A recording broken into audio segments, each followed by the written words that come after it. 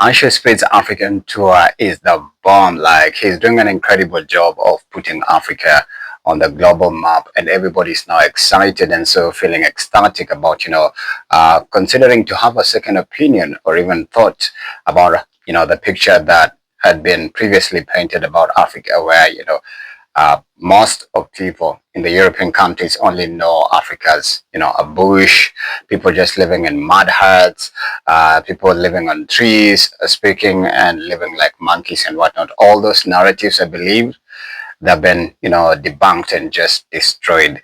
But also on the other side, of the flip side as well, I know Ishowspeed is going to receive a lot of flack for that.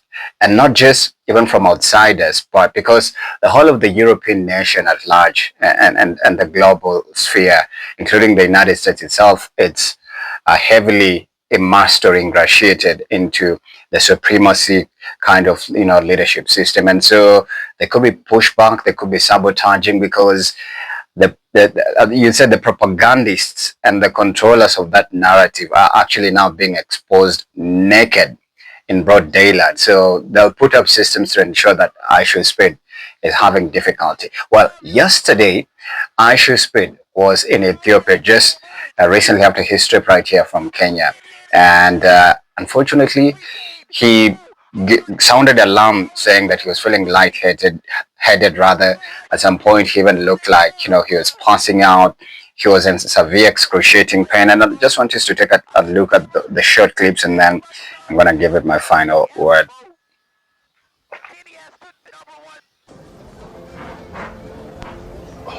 Oh, that must have been painful for sure. Oh my gosh, I'm looking at the people behind him. They're just like, what is that, bruh? Come on, you can make it. You can make it. You can make it. You can make it. No. Baby step. Make it, bro. No. Step. Yeah, I think that's the Zimbabwean speed. They call him Temu or Johnny.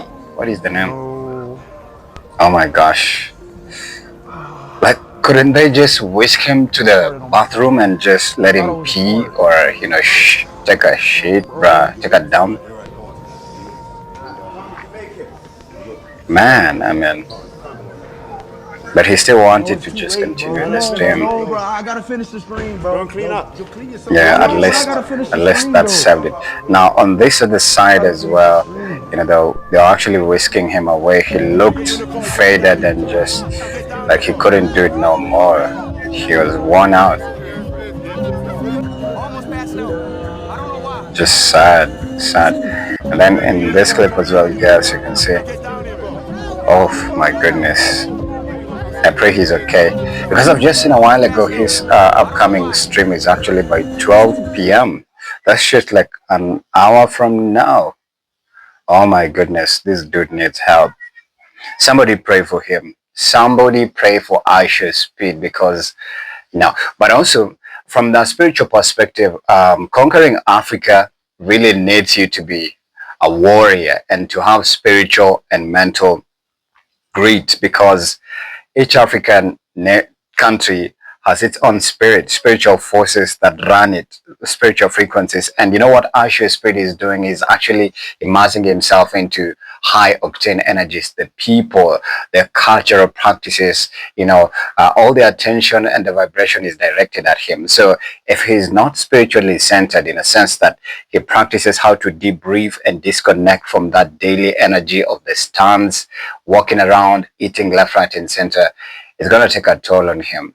But also, one thing that I feel really sad is, I remember there was a time when he was in Zimbabwe or Zambia, and he was talking about his mental health, the way he had to actually consider a lot of things to, put his African tour first, but there's been a lot of sabotaging behind the scenes as well. He even pleaded live on stream to actually have just a break to sleep. But I think after they alighted, I remember doing that commentary video, they just sent him, I think, a message on, on his, chat monitor, no breaks. And that would literally break him mentally and emotionally. So it's not easy. You try do country to country in Africa and see. Even the pastors and the preachers right here in our own country, they fast and pray before visiting other countries.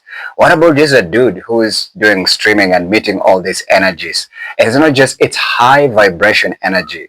From the stance to the excitement to the food, the culture, and all of those. So he needs to debrief. He needs somebody to pray for him. And then also, like, just engaging with the people. I'm sure by the time this dude will be leaving Africa, he'd have severe chronic infections, you know. So he needs to have, I'd say, a medic on his team who each and every day, like after you eat whatever you eat at the end of the day, let's just clean your stomach, you know. Put him on a pain med or a pain injection, antibiotics, and everything, you know. And also maybe sleep medication could help, because dealing with African vibration and spiritual energy, it needs you to be high octane spiritual vibration as well. Otherwise, it's gonna bring you down.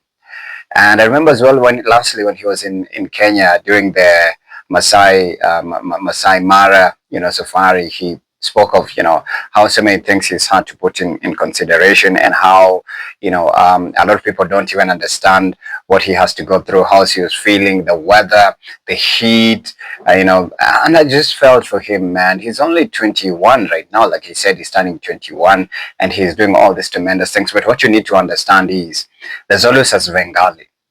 There's always a Svengali in your team. And I believe Ishowspeed, part of what aches and ails him is in his team. There's always people who, you know, pull a string or a strand to bring you down, just in your team. So I pray it gets better for him, and I also pray he gets somebody to pray for him as well, and also put him in prayer, because what he is doing has never been done before, and he could ultimately become an enemy of the white supremacists, because he's literally shown the whole of Africa, you know, just on plain paper. Now everybody can see it with their own naked eyes and expect pushback. So he has to be spiritually centered. He has to have a medic. He has to take antibiotics, and he needs a shoulder to lean on. And if it's not coming from his team, then I just don't know, because that dude has literally put his life on the line for the rest of the world, as we are watching him break down, watching him pee on himself, watching him plead for a break from his handlers, and they can't even, you know, have mercy on him. It's really unfortunate. My prayers are for him. Yesterday I said a prayer for him, and I know God will help him through. I don't know exactly everything what he did to be where he is, but he is a human being and we are on earth. So prayers up for Ishowspeed, and, you know, thank you for putting Africa on the map, more specifically my country, Kenya.